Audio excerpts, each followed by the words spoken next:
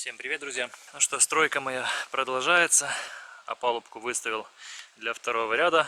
Сейчас вот там вот у меня последняя заливка была. И сейчас я хочу рассказать вам, вон там вот в уголочке. И сейчас хочу рассказать вам все в подробностях по этой стройке, а также сколько пошло материалов у меня. Количество материалов на первый ряд заливки стены. Высота заливки у меня здесь 57, там 62. Почему так получилось? Потому что здесь я трубки ставил исключительно на фундамент, потому что здесь у меня, как говорится, 0 в фундаменте. Если по горизонту, по лазерному уровню я смотрел, фундамент у меня немножко не по уровню был выставлен. То есть 15 метров, все-таки, видно, как-то сложно мне было опалубку выставить. Там на 5 сантиметров получился фундамент ниже. И вот тот вот угол тоже. А здесь два угла. Здесь получается заливка 57, там 62 сантиметра высоты. Ширина стены в мастерской у меня 20 сантиметров. И дальше она переходит в широкую стену 30 сантиметров. Это будет ширина стены дома в 2 этажа. Значит, теперь по материалам, что я потратил. Значит, на всю эту заливку минус проем для входной двери, минус вот тот вот проем, там у меня большое окно будет до пола. Также из дома выход в мастерскую и входная дверь в мастерскую с той стороны. Я, в общем, кубатуру именно всех стен потом отдельно вставлю вам, чтобы точно было. Вот, в общем, на вот эти вот все стены у меня пошло 81,5 мешок нашего одесского 500 цемента. 81,5 мешок, чтобы было точно. Значит, сколько пошло пенопласта дробленого? Пенопласта у меня пошло 7 с копейками кубов. Вот это вот кубовый мешок. Вот те вот белые мешки, это по 0,8 куба. То есть у меня пошло 8 мешков пенопласта. И еще вон половинка примерно кубового. Что еще? СДО. СДО из 10-литровой канистры. Вот, грубо говоря, уровень. Значит, где-то примерно 5,5-6 литров СДО пошло. Фибры, раз, два, 3, 4, 5, 6, 5,5 пакетов. Ну, на 7 кубов полистиролбетона это получается как-то маловато, но получается, что я не взвешиваю каждый раз фибру. Так вот, примерно запомнил, сколько там, 70 грамм.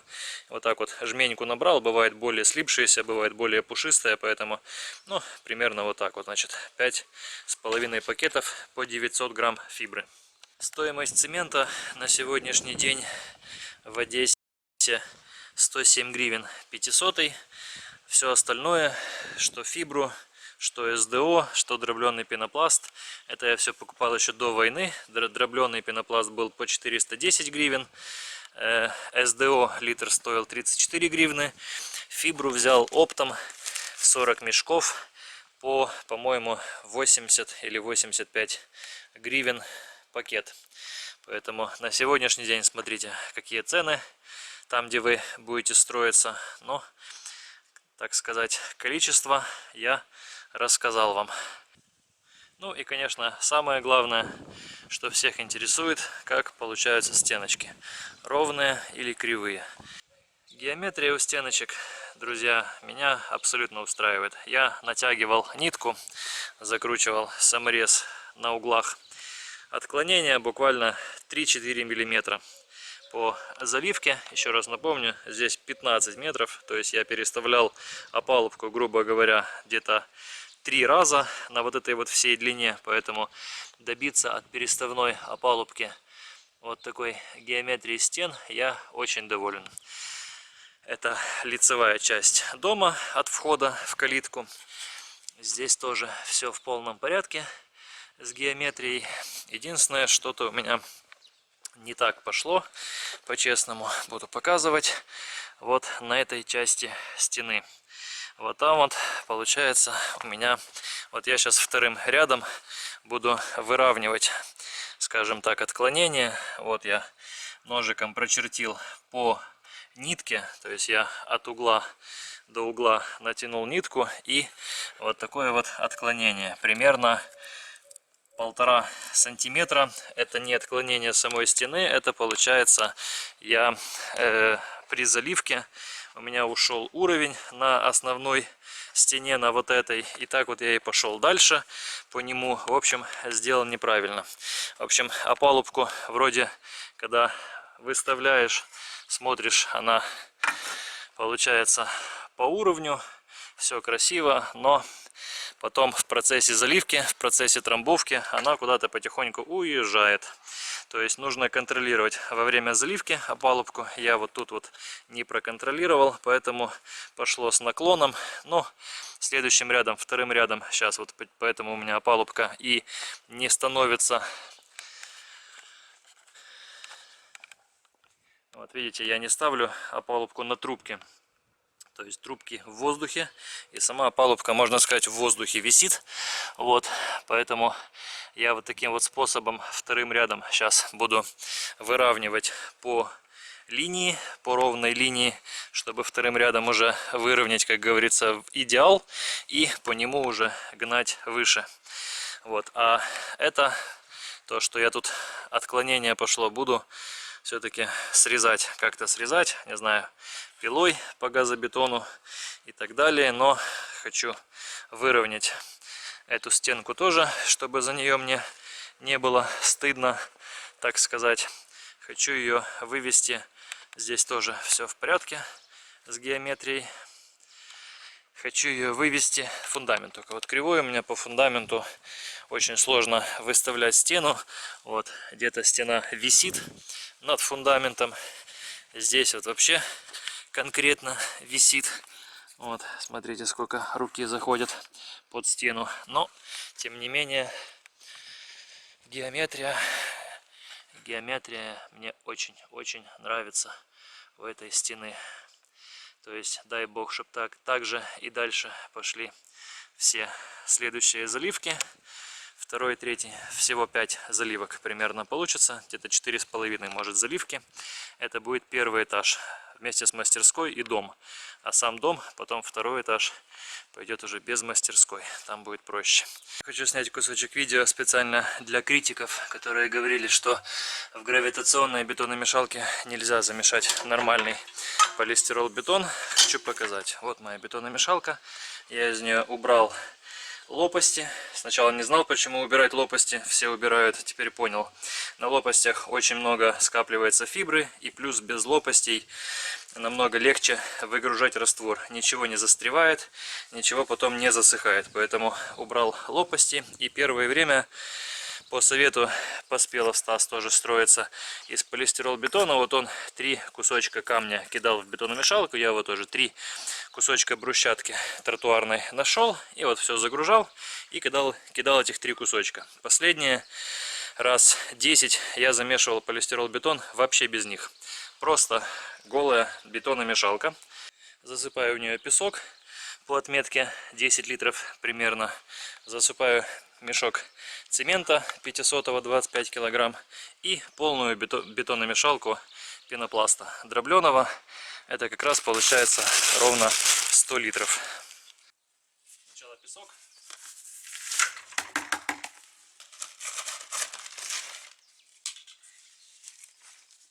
Цемент.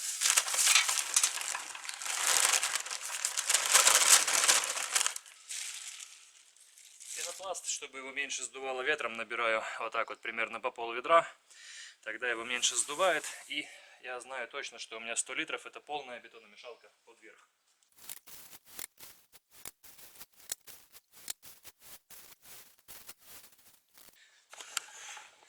Вот полная бетономешалочка. Закрываю ее своей крышкой быстросъемной, как я придумал, вот так вот на крокодилах. Одной рукой неудобно, но показываю. Раз и два. 2 крокодила полностью прекрасно удерживают крышку крышку от выпадания раствора.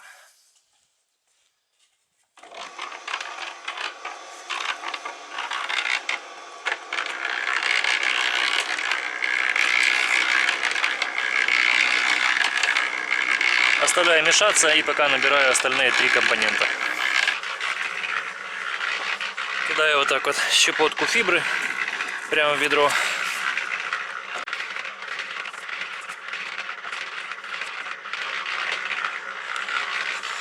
«70 мл СДО». Прямо сюда. И 15 литров воды. Сначала добавлял 14, но потом понял, что 1 литр играет большую роль. Растворчик. Сейчас сами посмотрите, какой получится.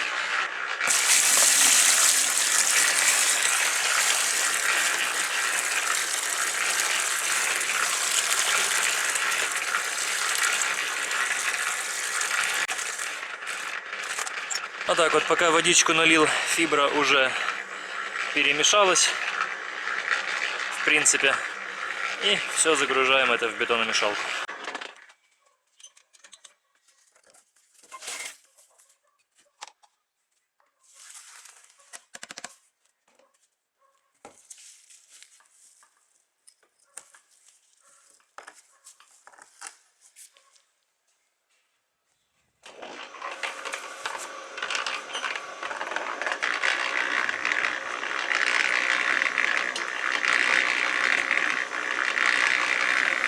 И ставлю перемешиваться в горизонтальное положение ровно на 5 минут.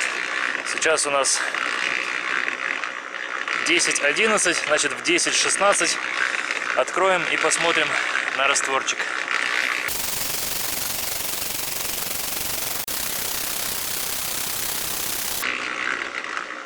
В 10:16 можно выключать и смотреть.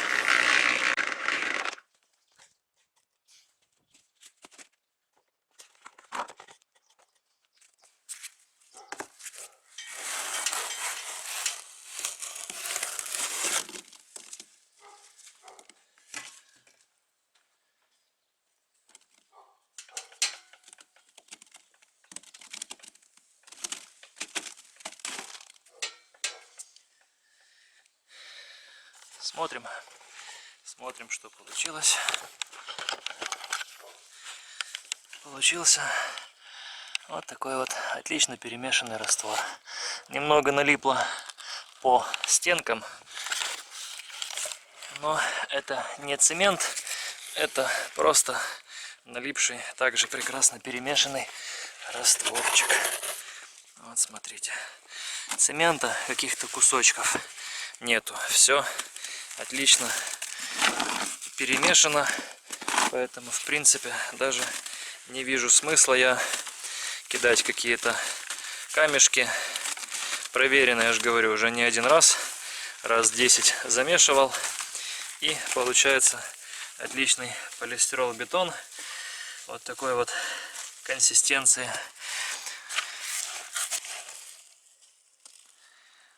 Вот. Есть фибра нормально перемешанная, комков нету, поэтому замес полистирол-бетона в гравитационной бетономешалке вполне себе возможен.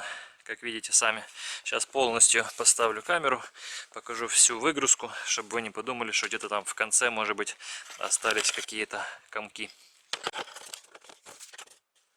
Это первая выгрузка.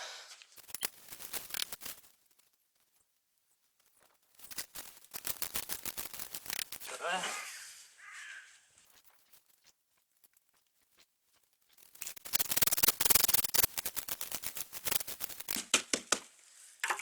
Это третья.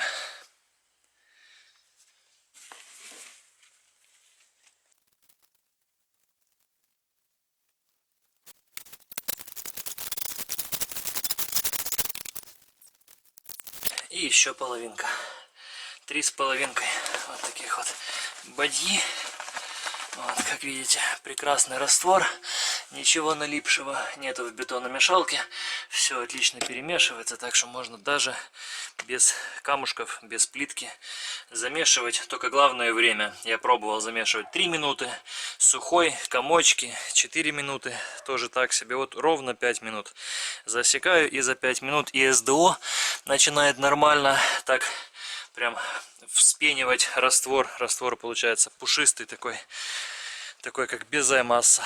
И вот такой вот отличный растворчик, который хорошо заполняет. Вот видно на солнышке, фибра должна блестеть, камера должна передать. Перемешивается нормально фибра. Все отлично замешивается в обычной гравитационной бетономешалке. Старая трамбовалка поломалась, сделал с куска доски и бруска. Паз-гребень обязательно оставляю в стенах, чтобы следующая заливка отлично заполняла все пазики. И получалось крепко и надежно. От трамбовки очень сильно зависит качество стен, качество заливки. Чем хуже трамбовать, тем хуже получается. А вот такие вот гладенькие с хорошей трамбовкой получаются стеночки. Все зависит от замеса в первую очередь.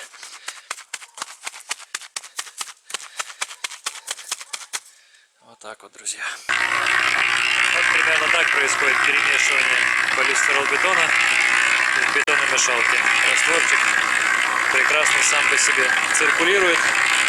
Ну, конечно, с закрытой крышкой его больше. Это я вам показываю примерно половину раствора, как оно перемешивается. То есть ни лопастей, ни камешков нету. И растворчик отлично перемешивается сам по себе.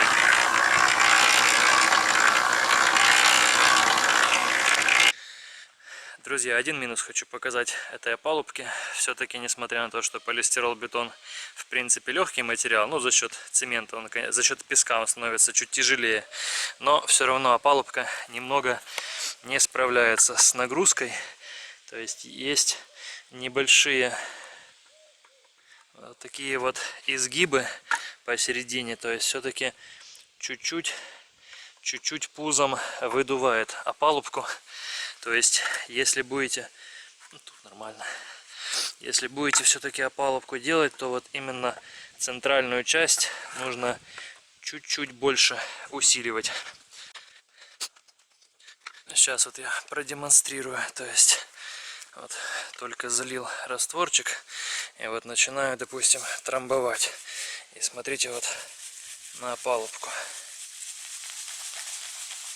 Видно, чуть-чуть играет. То есть, в принципе, не страшно, если так подумать, оно все заштукатурится. То есть растворчик все равно тяжелый получается. Но где-то буквально на миллиметр-два здесь вот посередине пузо выдувает. То есть, либо делать еще по несколько шпилек посередине, может даже так и буду делать, либо больше вертикальных распорок, которые будут удерживать опалубку от выпирания. Это, конечно, не критично, если там, допустим, на 5 заливок в высоту выпрет там по 2 мм. Но, тем не менее, для того, чтобы добиться идеала, я вам все-таки этот минус показал. По мере возможности буду дальше снимать стройку, как будет получаться. Спасибо за просмотр. Еще раз напомню, работаю один, поэтому сложно и снимать, и строить, и рассказывать. Но буду стараться. В общем, спасибо за комментарии, за поддержку. Всем хорошего дня. До новых встреч. Пока.